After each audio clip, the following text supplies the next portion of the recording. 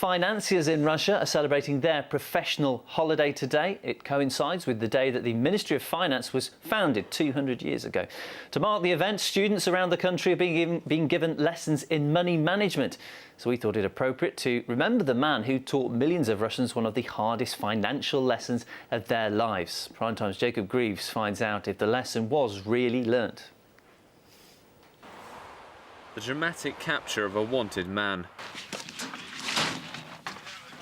When Sergei Mavrodi was last free, an estimated 10 million Russians were sucked into his pyramid scheme, masked as an investment firm.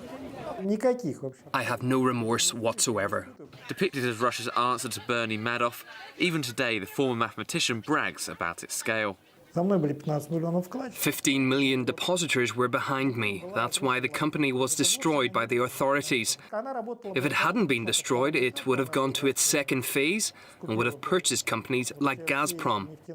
It took more than a decade to convict Mavrodi, eventually being sentenced to over 4 years behind bars for fraud. He spoke to us in the Moscow apartment where in 2003 he was arrested, following years on the run. Now he's again making headlines with a new venture, this time declaring its true nature. In short, it's a financial pyramid, and I am quite open about that. This time round, there is no nerve centre. The money is stored in the bank accounts of dozens of people. The system is untouchable. Russia is one of the few countries where financial pyramids aren't illegal, leaving authorities scratching their heads as how to react. Several experts have said that existing means could be used against it, such as qualifying it as preparation for crime. However, this may be difficult, and we feel it would be best to legally define financial pyramids and ban their use. Mavrodi's scheme is hard to prosecute. It's based online rather than having an actual headquarters, but most importantly, it clearly warns potential depositors of the nature of the investment.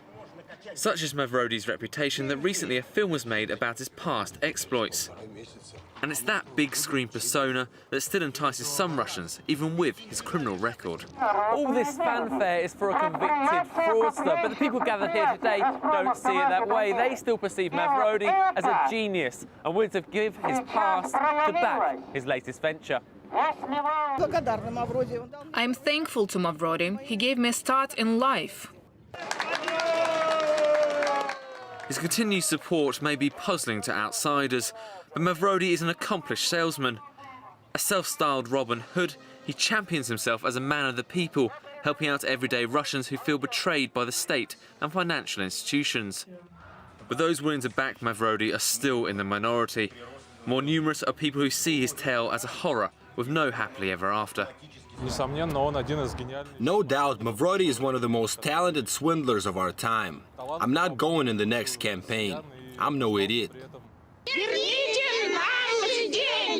Authorities warn the scheme will shortly implode, again destroying the savings and lives of everyday Russians.